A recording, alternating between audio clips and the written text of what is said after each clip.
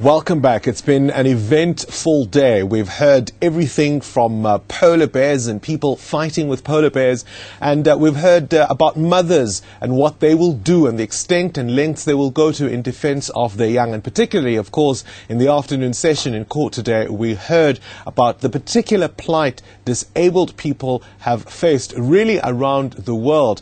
We've heard evidence that suggests that since, for example, the London Olympics, disabled people have become increased targets of violent attacks.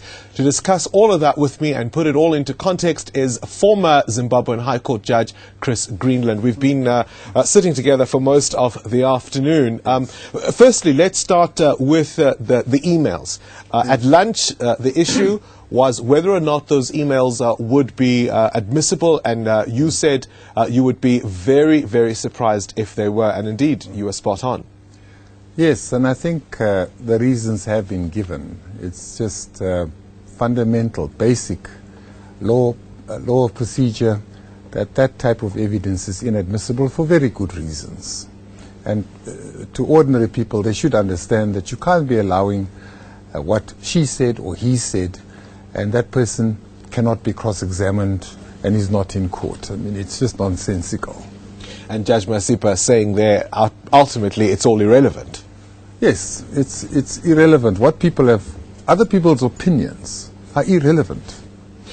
How heartened, if that's the right word, are you as a former judge to see how, you know, this process is unfolding at times quite speedily, because she was able to make that reference, she was able to write that ruling and refer to case law and actually interpret correctly what Kenny Aldrich himself had brought up and say, well, actually you forgot to include this bit and here's why I'm not agreeing with you. Well, resources have improved so much from, for instance, even when I started as a judge in 1987, especially technology.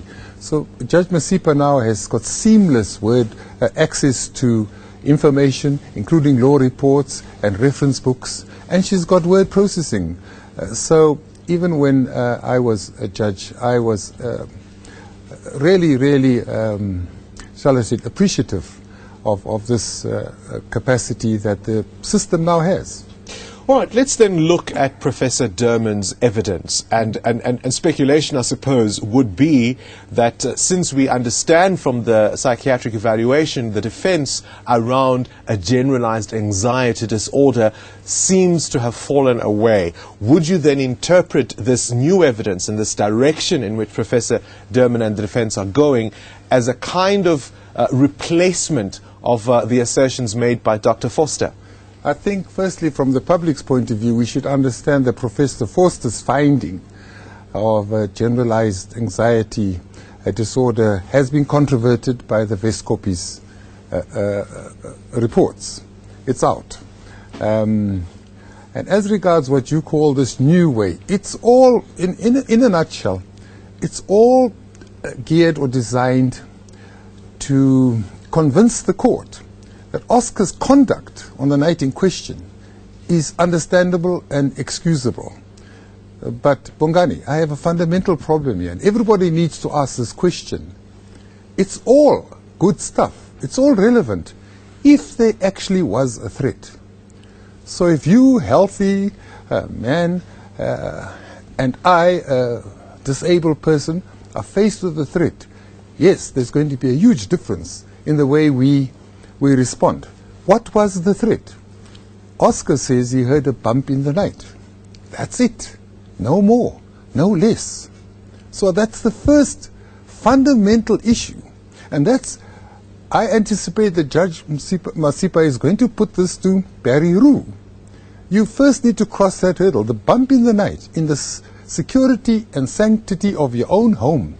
Is that a threat? Before we get onto the issue of how Oscar, as a disabled person, then reacted to it. Well, I think that's putting it very, very straight on there. Look, we've lots more to discuss this afternoon, but I think that's really the nub of it. It's step 2 when, in fact, you need to deal with step 1.